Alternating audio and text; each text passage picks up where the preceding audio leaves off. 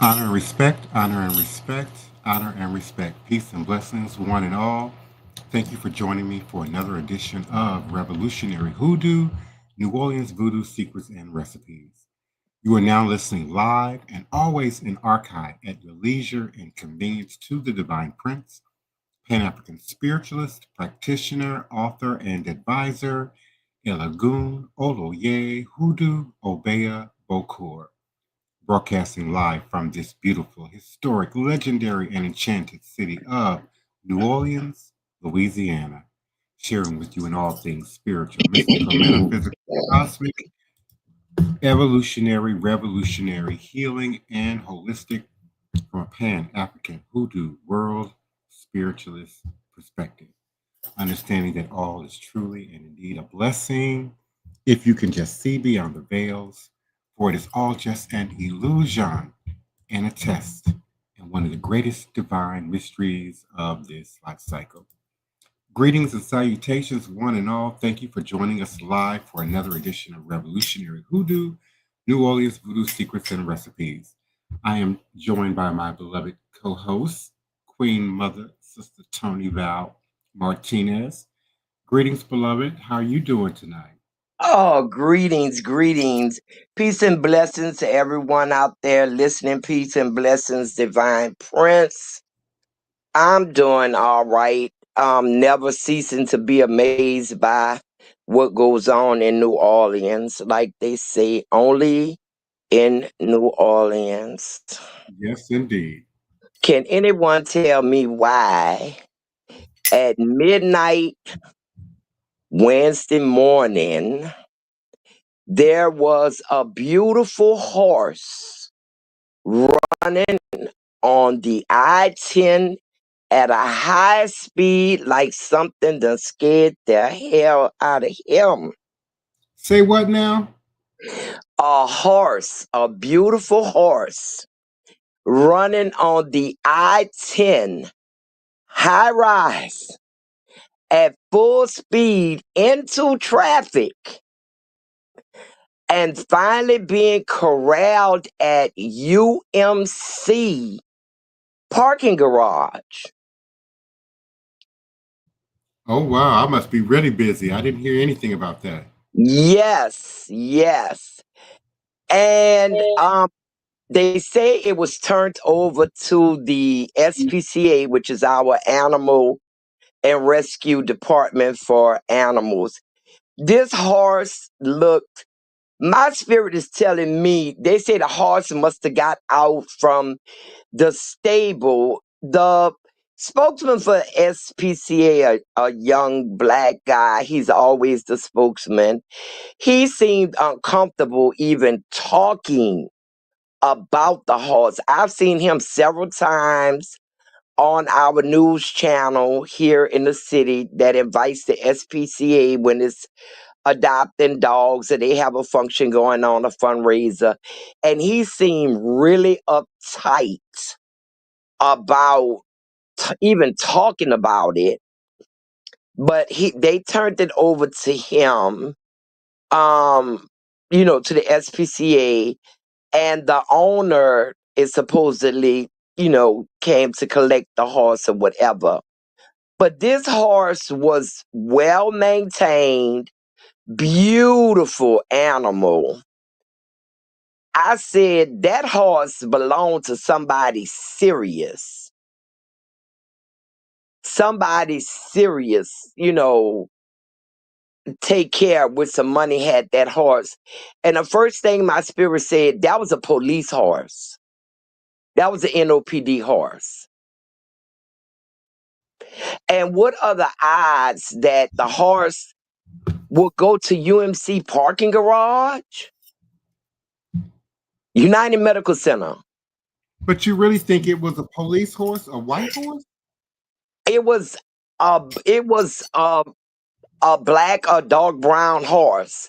They showed a Oh, picture of it when they had gotten it into the lighted area at the UMC parking lot. It was very calm. It was very collected, and they said that the NOPD managed to corral the horse. in the UMC parking garage. When the horse was running into traffic, the horse was very calm. He wasn't spooked by the lights. He wasn't spooked by the cars going by. He was just on a mission like he was in a race. You have to go see the video because everybody got a camera. And Yes. people with their cars on the video. Normally, if it's a horse that's not used to being out, not used to being in traffic, they're going to be running all which kind of ways. They're going to be rearing up. They're going to be frightened.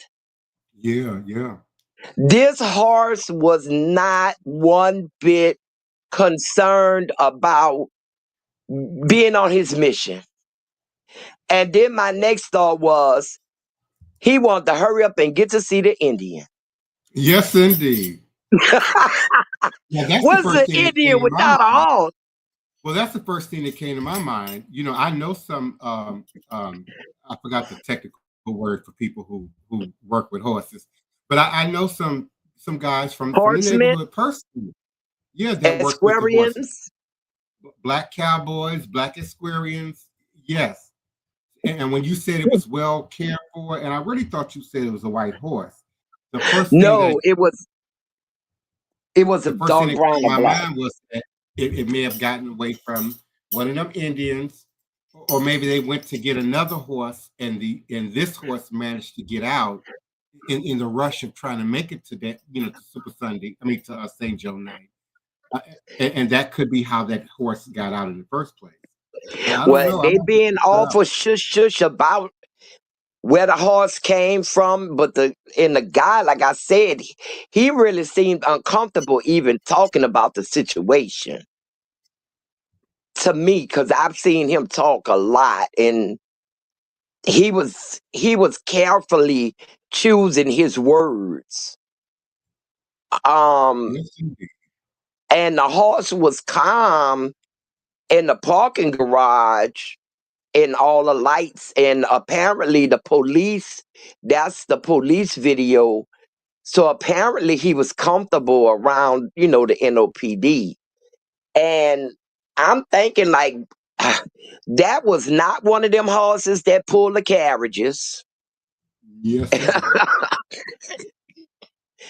It was just it's magnificent. Like it's a racehorse.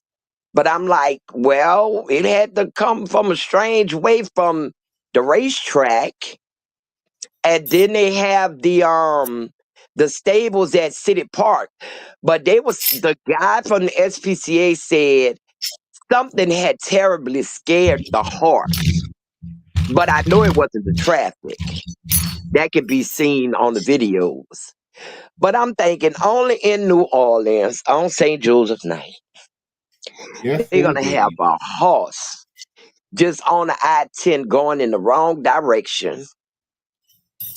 And so that was midnight Thursday morning, last No, it night. was Wednesday morning. It was Oh, Wednesday Wednesday morning. morning. Okay. Yeah, you did say that. Okay. Yeah, it was Wednesday morning. It all happened Wednesday morning. Yes, indeed. But Well, I was out St. Joe night, at least in the 6th and the 7th ward here in Treme. I didn't see not one horse.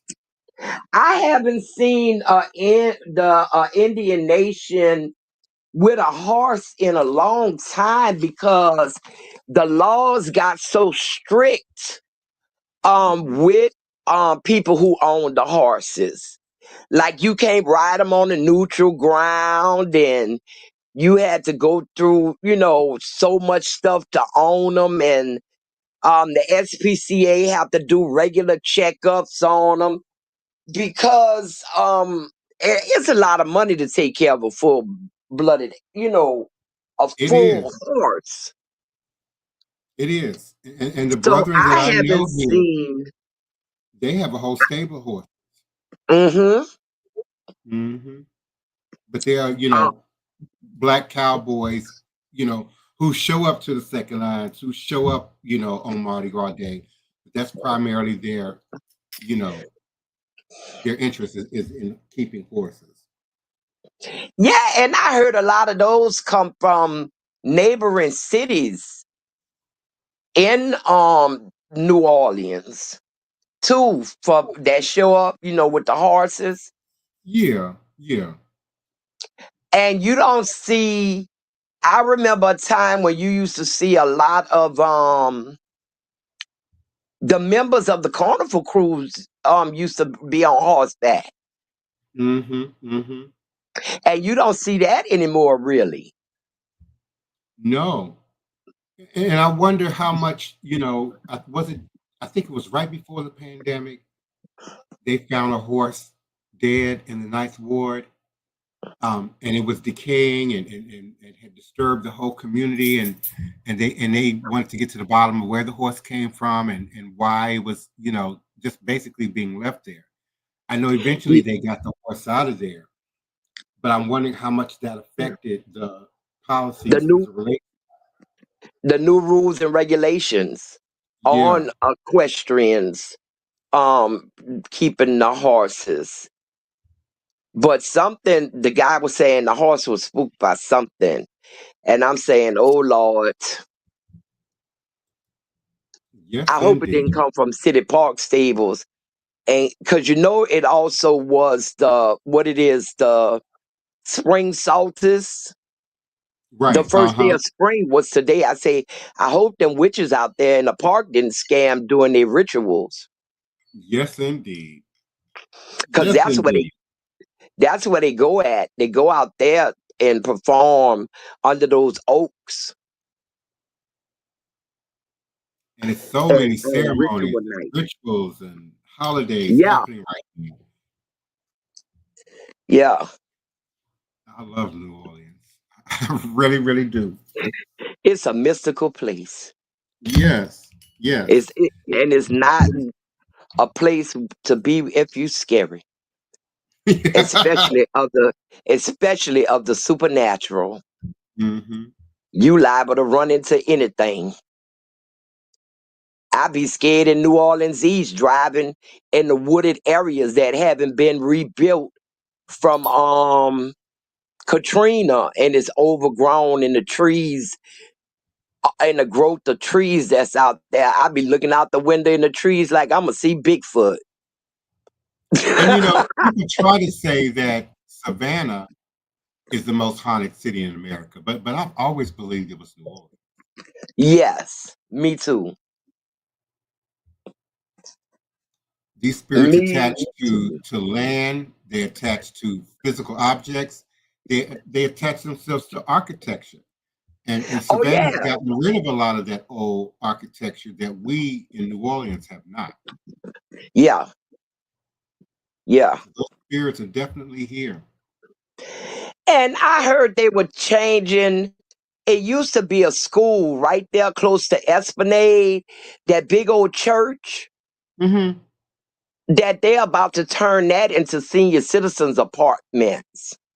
Yes, indeed. And when it was an alternative school many years ago, my son went there, and he said, "Mama, they got ghosts in that school." So I Yeah. said, "Oh Lord!" When I read the news, I said, "They about to make that a senior home. Them seniors gonna be running out of there." But how common is that now? They turned Bell into a housing facility. Um, they turning all the schools here that were of any size into senior livings. They got one up the street from me on Franklin. Oh man, the name escapes me right now, but they turned it into senior living quarters.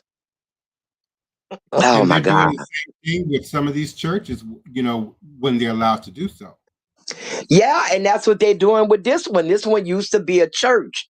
I'm trying to think of the name of it, but it's close to Esplanade. It's on Rampart. Hmm. Hmm.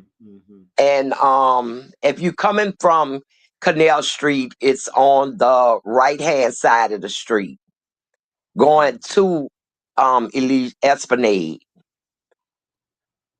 And Okay. it's huge because it's one of those old Spanish churches. that's kind of Mhm. like a fort, and Yeah. you go in the courtyard, and then it's behind it is all these rooms and stuff. It's very interesting. Yes, indeed. Yes, indeed. It is always something going on in the city. Yeah, stuff that make you go, what? Yeah. Yeah.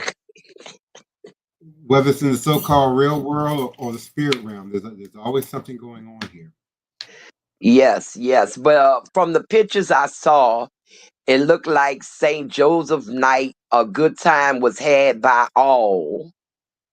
The Yes. altars were beautiful. The Indians were magnificent. I mean, the Yes. Indians were magnificent. It just was a beautiful night. The weather was, good for the Indians to come out because it wasn't too hot. And there was no light rain as predicted either. No, no. And I don't know if that wind added to the mystique because it had the feathers moving softly Mm-hmm. Mm-hmm. on the suits. I saw the videos because I don't go out anymore for St. Joseph night. I never really did. Certain nights when there are a lot of rituals being done, like St. Joseph night and Halloween, I always tend to stay inside. I don't know. My spirit say you don't need to go out there. Like you don't know who doing what out there and what's getting let loose. I also think that's from our years of working in security. We just sing too much. Okay. Yeah, Working yeah. graveyard and creeping around these old buildings. We've just seen too much. Yes, we have seen too much. Too much. I don't know if you got the chance to look at that first clip at the top of the show that listed some of the historic locations that we would be passing through for New Orleans National Voodoo Day, like the La Mansion. That's what The I saw that and I was going to ask you, why is that a stop on the procession? Because it highlights certainly not just the Middle Passage, but the life of our ancestors once they arrived here and were, forced into slavery. We also want to bring balance and mitigate any negative energy, spirit attachments that might still be lingering at some of these historic sites. After we leave the river, the very first locale, if you saw the video, was and will be the French Market, which gets overlooked a lot. People like to go there and shop and buy jewelry and trinkets and souvenirs and fruits and vegetables and whatnot, exotic foods like alligator. But very few people mention it being, this major slave port where our ancestors were being sold from. I Yes. imagine some tour guides might cover that, but I can't say I've ever heard it. I've ever witnessed it. So we definitely want to hit the French Market.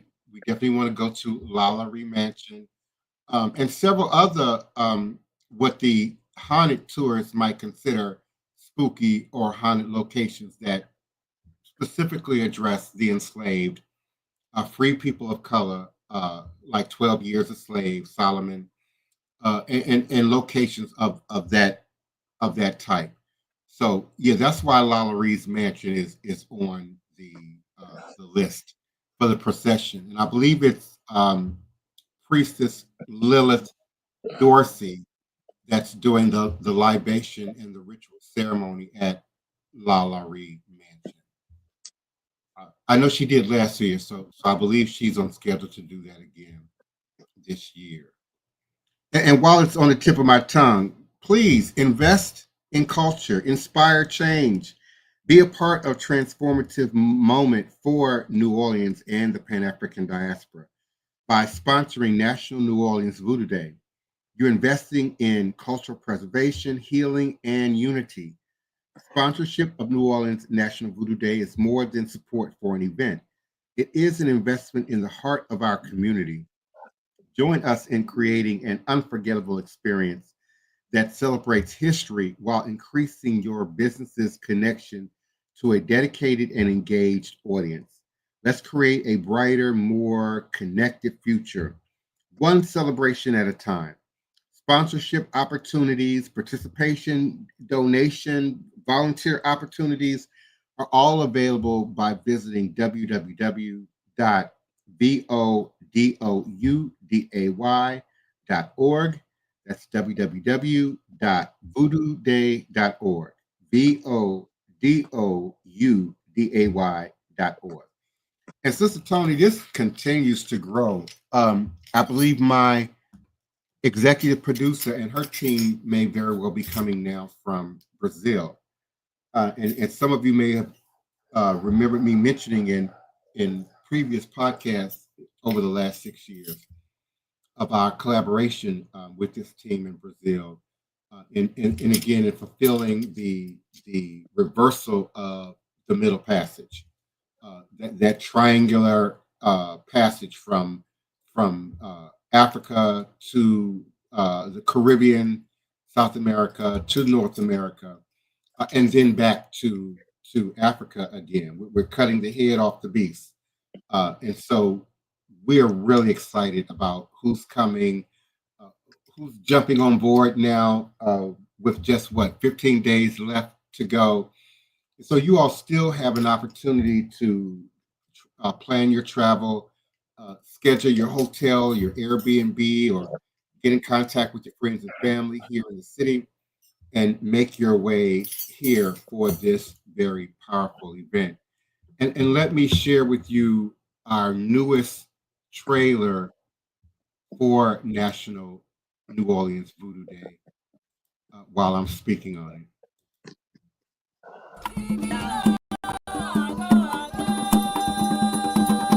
Everyone is certainly invited to National New Orleans Voodoo Day, April 4th, 5th, and 6th. April 4th is our press conference. April 5th is our art show and symposium at Xavier University.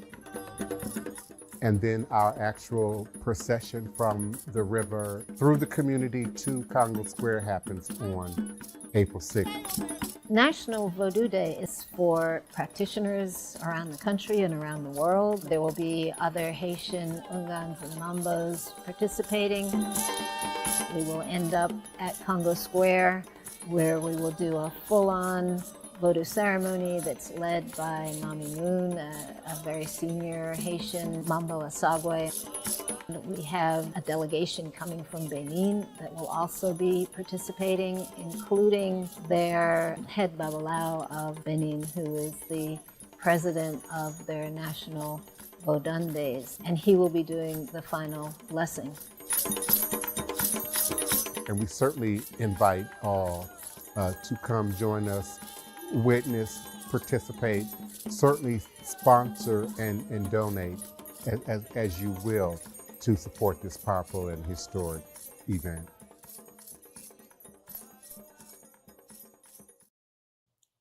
So again, you indeed have time still. I think today is the 16th day, so tomorrow will be the 15th day, unless I've lost count. You still have time to get your travel plans in order, to get your housing in order, to be here for this free and family-friendly event. We certainly appreciate your attention, your support, your participation, as well as your sharing, resharing, and promoting this event. If you cannot attend in the physical, there will be a live stream available for the symposium on April 5th, and then a live stream for the actual day of the events on April 6th. So again, I'm reaching out to each and every one of you to be a part, participate, donate, sponsor. Please come and share with us. And indeed, if you can, please, by all means, just share the word. Like, share, subscribe to this channel, and feel free to reshare the podcast, the broadcast at your leisure by way of the URL link available on the YouTube channel. Most of you in the chat are in YouTube, so you have easier access to that link. Anyone that needs some assistance, has questions, comments, just contact me, and I'll be more than happy to assist you. Mommy Mamuna, we say Mommy Moon or Mommy Moon, but her official Voodoo name is Mommy Muna. And I'm grateful for her coming and leading and participating in this event. She is one of our most senior Haitian elder practitioners who is also initiated in Ouida, Benin, West African Voodoo. She is the godparent, one of the godparents, her and her husband, of Dauti, who is the Queen of Benin from U.S., but she's now the Queen of Benin in Voodoo in Benin, and she was the translator for Dagbo Honan II, who came to New Orleans and visited us in Congo Square, and at that time said that I was the king and leader of New Orleans Voodoo. So we're so humbled and grateful to have this delegation coming again from Ouida, to have the beloved Mommy Mamuna to Saint Germain to lead and guide us through this ceremony, as well as the lead Babalao in Benin, Professor Kakpo, who's going to be signing a declaration designating sibling cities between Benin and New Orleans, and will also provide a very powerful closing ceremony the day of the event. So this is indeed not something that you want to miss.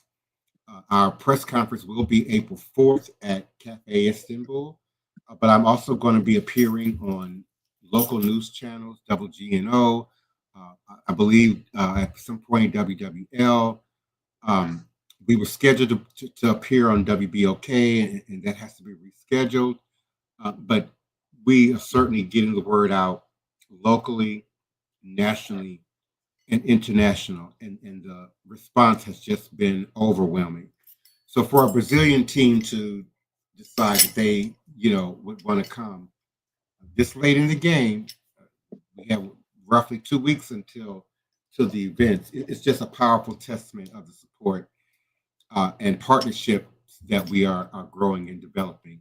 We certainly want to give a special acknowledgement to Alonzo Knox for all of his work with the city in helping us to maneuver permits and licenses and scheduling and things of that nature. We certainly are grateful to the mayor and the state of Louisiana for their support of this powerful event. And we're looking forward to the community and the diaspora coming out and supporting us and your own ancestors in this powerful, powerful event. Thank you so much for coming, Alexis. Alexis Williams is coming, and I believe bringing her family. Greetings, Goddess Initiative. You overdue to return to the city, beloved. Hello, Nina Lloyd. If you are still here, you are certainly welcome to wear your white and show up at Xavier on the 5th or Congo Square on the 6th. Greetings, Daniel Neal. Thank you for your continued support. Neophyte Bokor. If it's at all possible, you and your family, we certainly welcome you to travel. Greetings, Free. Thank you for your continued listenership and support. And we invite you as well, and everyone who's listening now by way of my Facebook page, my Facebook groups, my Facebook profile, Instagram, LinkedIn, YouTube, Twitter X, EarthCam, my website, and wherever you may be sharing this URL and listening from. We certainly want to offer a personal invite to each and every one of you. Even I have a question. Go ahead, beloved. I think it was Alexis Williams who asked, will the procession be going through any of the cemeteries? No, and the reason for that is one, during COVID, the I have to be very careful about how I say this. The Catholic organization here in the city, I believe, filed bankruptcy, but also at the same time, they locked down these Catholic cemeteries, like St. Louis Number One, where we used to be able to freely go and visit Marie Laveau's family's tomb at our leisure and our will. Well, you can't do that anymore. And you can only get into the cemetery now with a guided tour. And at my last check, the guided tours are really only being conducted by one of the most wealthiest tour companies in the city. So people like Denise and others really no longer have ready, immediate access to the cemetery. Number two, and if I'm correct, all the Catholic cemeteries are also closed on Sunday. So if your family is planning to visit a ceremony, they're going to have to get a tour, and they're going to have to do it probably before Saturday. Um, Now I'm not clear if they're open on Saturday or not. I can't quite get it in my memory, but I know for a fact they're usually closed on Sunday. So that's not going to be as easy as it once was. You're going to have to pre-plan that. Now there are some popular what we call Protestant cemeteries in the city that are a little more accessible. They kind of open at sunrise and close at night. Some of them are open 24 hours a day, but they tend to be in quiet residential neighborhoods, kind of out of the way of sort of the tourist track. And so people typically don't go there or end up there. Um, I won't call names, I won't call locations, but there was a time back when I was, holding down my security post during that graveyard shift, and I would bike to work every night in the dark, and then get off at 7 in the morning when uh, uh, when Sister Tony would come on, and there were, some of these Protestant cemeteries that I would do ritual in. And again, I won't say where or how or which ones, because it's really not legal. Um, but there are sacred spaces that you can access if you just do a little homework, do a little research before you set out, and by all means, don't wait until the weekend to do it. Alexis, do Ye- not wait until the weekend. Yeah, the cemeteries back in the day used to be open. A quick little story. I lived on 6th Street and I worked on Claiborne Avenue. I lived close to St. Charles Avenue. So I would walk from a restaurant job wearing all white shirt, white skirt. And one particular night, a car was following me, and the guy pulled up next to me, and we were right by the cemetery. And the guy said, I could give you a ride. And I told him, he was trying to talk to me. I was ignoring him. He was like, let me give you a ride. It's no problem. I can give you a ride. So when I got to the cemetery gate, I told him, no, thank you. I'm home. And I turned and walked dead into the cemetery at 3 o'clock in the morning. And as I'm walking deeper, all I could hear was the wheels on his car screeching off. I guess he thought he saw a ghost. A ghost or a mambo, a voodoo practitioner. Yeah, because my head was wrapped in white. I had on a white cotton shirt with a white skirt on order of the Mexican skirts with the layers. Uh-huh, uh-huh. Everybody said I dressed weird back in those days. But when I told them, oh, I'm home, just as nice and friendly, and turned into the cemetery, but I knew on the other side of the cemetery, which was Jackson Avenue, that there was a hole cut in the fence that I could come out on. But the cemetery gate was open, unlocked, and I just walked on in there, and I could hear this guy screeching off, and all I could do was laugh. Yeah, And you just reminded me too. There are practitioners in the city who've been here a while. They typically know how to get in and out of these cemeteries, whether they're locked yeah, or not. yes, I don't encourage it. I don't condone it, but it's being done. The worst case scenario is when that guy went in and painted Marie Laveau's tomb pink yes, using latex paint, which destroyed the outer coating of the tomb. yes, yes. Another reason they locked down St. Louis Cemetery #1. So do your homework, Alexis. It's possible to do, but if your focus is on St. Louis Cemetery #1, that's going to be very difficult. Now, St. Louis Cemetery #2 is a little bit easier to access. It's not quite as close to the French Quarter as St. Louis Cemetery #1, but they do have security, and there are people out there. So typically, you need to mind your manners when you go out there. You know, there's been a historic dispute about where Marie Laveau is really buried anyway. Some say she's in cemetery #1. Some say she's in cemetery #2. But I often find that comes from people who don't understand how those tombs are used, how they bury, and don't quite understand that though it looks like a little small house, there are often generations buried within those above ground tombs in St. Louis Cemetery #1.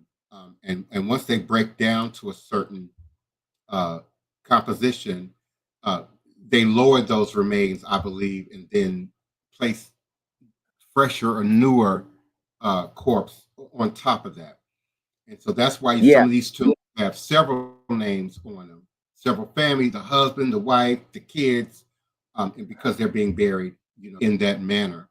But there's quite a I don't know if you want to call it a legend, a dispute, a myth as to where Marie Laveau is really buried. But we've always acknowledged and honored her in that cemetery. I also want to note, without calling particular names for security, that there are other voodoo priests in that cemetery. There is a clause with the Catholic Church that musicians, jazz musicians, practitioners of music and culture can also be requested to be buried there. So I know of at least 2 authentic voodoo practitioners that are also buried there. And the locals that listen to me know I know what I'm talking about, and no, I'm not about to call the names. Again, for security, they even buried one particular companion of mine there in total secrecy. There was a small second line and a small procession, and then they got to the cemetery, and then it was rescheduled for another day. And then they went back again. And so people really don't even know, unless you're in this community, actively in this community, who's in there and where exactly they are buried. Certainly, I know Sister Storyteller Denise Augustine knows, and those of us who are active in the Haitian Voodoo community, the Louisiana Voodoo community, and as well as those practitioners from Nigeria, Ghana, Benin, who end up in our city and who transition here and then are given honors upon their death.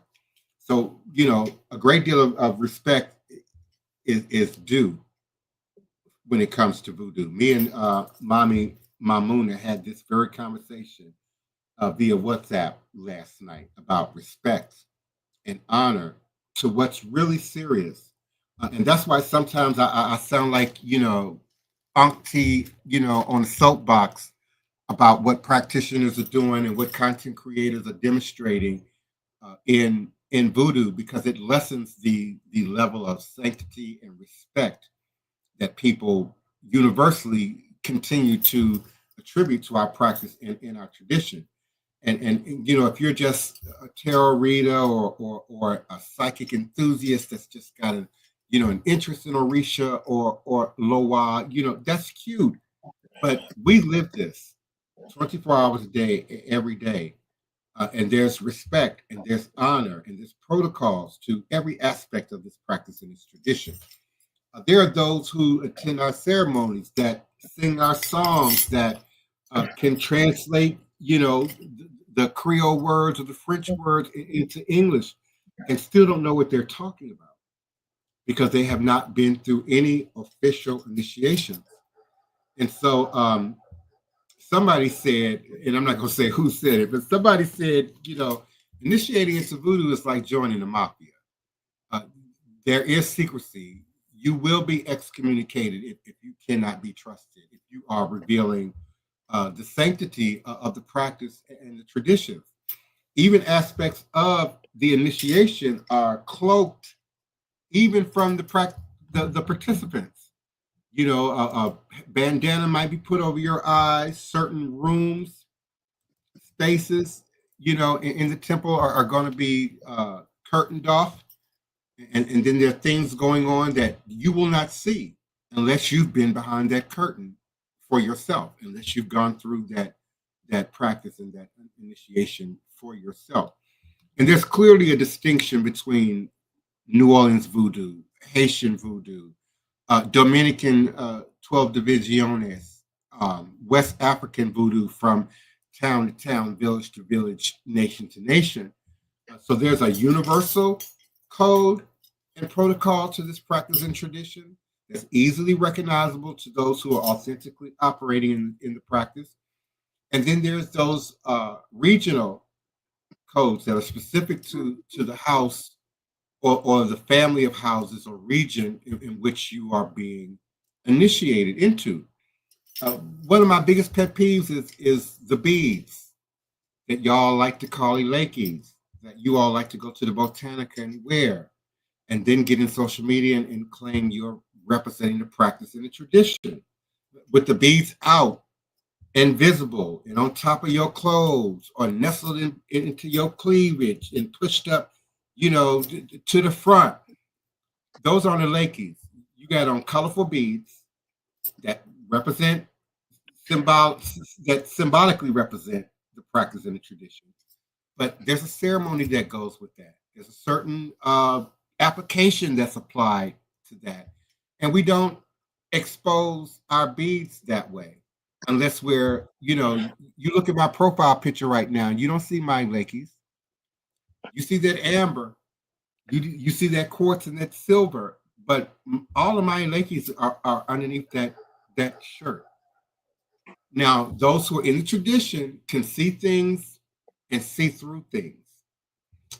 They know the codes, how you speak, how you respond. They know the codes. And we're not going to say, oh, no, baby, that's wrong. No one's going to do that. Just like being a Mason or a Shriner or any other secret order. No one's going to do that because that would take ego, and then that would take breaking the code for me to correct you and tell you why that doesn't make sense. So some of you have noticed that these active, authentic practitioners, you don't see them a whole lot in social media. And even if you do, they are not revealing anything. They're not talking specifics about things. You might see my pot, you don't know what's in it. You might see a clay jar, you don't know what's in it. You don't know why it's there or what it's symbolizing. So yes, there is an artistic, cultural art nuance to what we look like, how we dress. Some of our implements are beautiful and picture worthy, but we don't go into a whole lot of detail. And I like to use beloved Louisa Tesh as a good example. Someone who has been authentically initiated in more than one path. But if you're reading Jambalaya and think you're getting, the secrets and the mysteries of the tradition, you're not. You're not. If you're reading Santeria Experience and think Maureen Gonzalez Whippler is telling you exactly what went down, she's not. She's not. She's telling you they took her out into the ocean and stripped her and put her in white, but that's all she says. She talks about how she felt and you know her interactions with folks, but she don't go into great detail. And no authentically initiated practitioner is going to do so at the risk of their own credibility. So I started podcasting 2006 to teach, to share what could be shared, and to help people to navigate initiation worldwide. You know, we've talked about Lukumi, we've talked about Santeria, we've talked about Kandable, we've talked about Nago and Isheshe traditions. Thank you, Neophyte Bokur. You were often there to participate and witness many of those conversations. But we don't go into detail for that which you're not ready for. It would be like me doing a whole hour on chemistry and you don't even understand the language of math or the periodic table. I would like to go back a little bit. When you were speaking on St. Louis Cemetery number 1, one thing that always puzzled me was why did Nicolas Cage, the actor, buy 2 plots in the cemetery in 2010 and build a white pyramid tomb, which is where he is to be entombed upon his ascending from this plane. I've never gotten a good answer for that. I mean, he's been all over the world, but he chose St. Louis Cemetery number 1 and had his tomb, which is going to be oddly shaped in the cemetery, as a white pyramid. And he's very into the occult in his personal life. And he also does a lot of occult like movies also. But I wonder why he chose that particular cemetery. It was my belief that they didn't have any more plots there to sell, that it was basically full except for family plots that were already in there. Right. And if you're talking about a celebrity or a wealthy person, that's typically not the cemetery that they would even choose.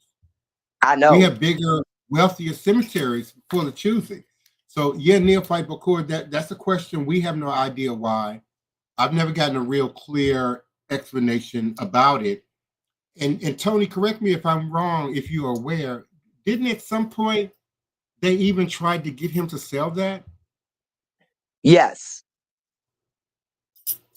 So as far as you know, he didn't, and it's still in his name. No, it's still there. Neophyte Bakur says they have an idea why. I would love to know that idea that they have. And he probably, now don't quote me, but he probably doesn't live here anymore. There were several celebrities, Brad Pitt, Jay-Z and Beyonce, who descended on New Orleans after Katrina, particularly when Hollywood South began to roll, 2009, 2010, 11, 12. And they were here and they were often frequently here. But most of them, if not all of them, have sold their properties, again, if I'm not mistaken, and have moved on to other locations, other cities. So I'm not sure if he still lived here or not, Alexis. Maybe somebody can Google that. Well, I looked it up and they say he moved into his gated community home in Las Vegas. Last summer. Okay. So he's gone. And Mambo Solana, Salad, hold on, Tony. Solange had an apartment here too, a house here. She was Solange. married here in New Orleans, Beyonce's sister. She Uh-huh. since left. The church that Jay-Z and Beyonce had purchased but never moved into caught a fire a couple of years ago, and they never knew why it caught a fire, to my knowledge, Yes, in indeed. the Garden District. And me personally, I would not want to live in an old church. Yeah. But I would you, Divine Prince, would you like Just to based live on in a church? just based on my experience, probably not. Listen, I've lived in old YMCA buildings that got converted into housing, and that was haunted.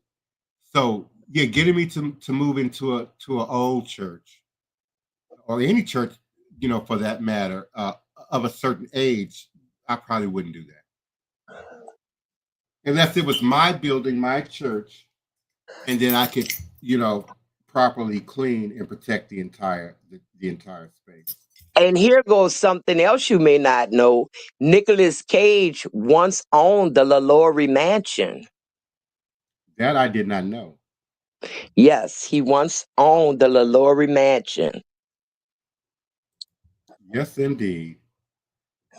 We're grateful for you, Mambo Salian. Never too late, always on time. Goddess Initiative. Likewise, can you mic up or cam up or type into the chat what you think is going on there? Yeah, same thing, Neophyte Bokura. We got 5 minutes left in the show. If y'all want to come on in and give us, your idea of what you think might be going on. Otherwise, I invite you to come back tomorrow and share that with us. We would certainly appreciate that. We got about 5 minutes left in the show.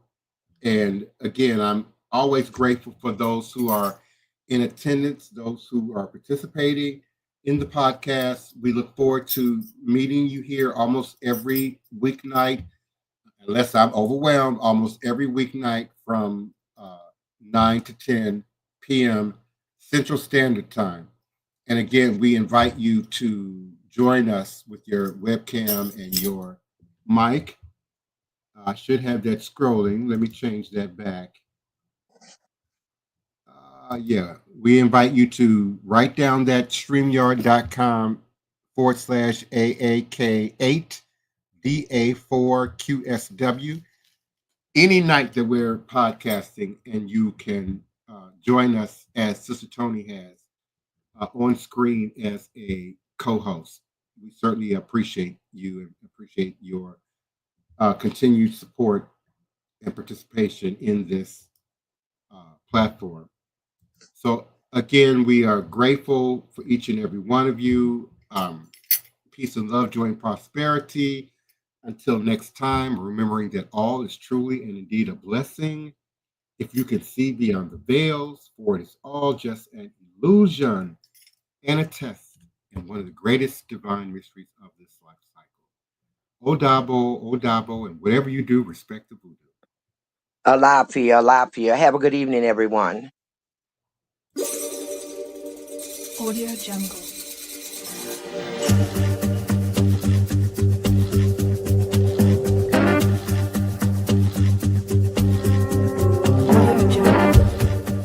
I am the Divine Prince, Tai Emeka, Pan-African spiritualist, practitioner, author, advisor, Elagun Oloye Hoodoo Obeya Bokur. I reside in this beautiful and legendary, historic Treme, New Orleans, Louisiana.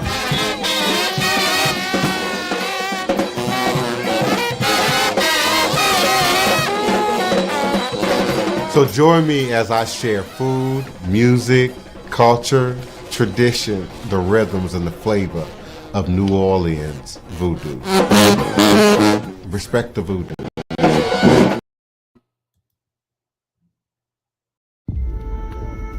At the beginning of this, maybe I was more skeptical.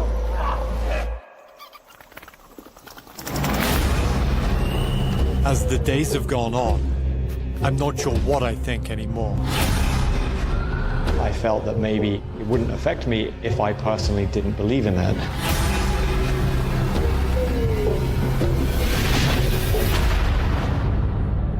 So, knowing what you know now, would you still get cursed?